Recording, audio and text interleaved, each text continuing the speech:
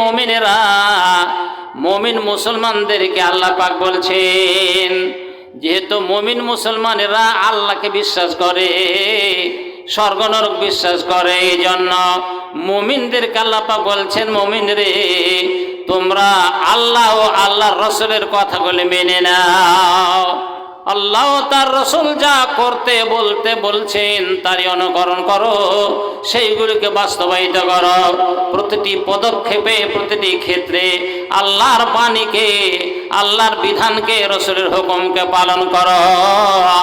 এই পালন করার পরেও আবার তোমাদের পালন করে যে নেকি হয়, নেকিগুলি নষ্ট হয়ে যাবে। অতএব লা তুবতিলু আমালাকুম, তোমাদের নেকির কাজগুলি, আমলগুলি নষ্ট করে দিও না, বাতিল করে দিও না।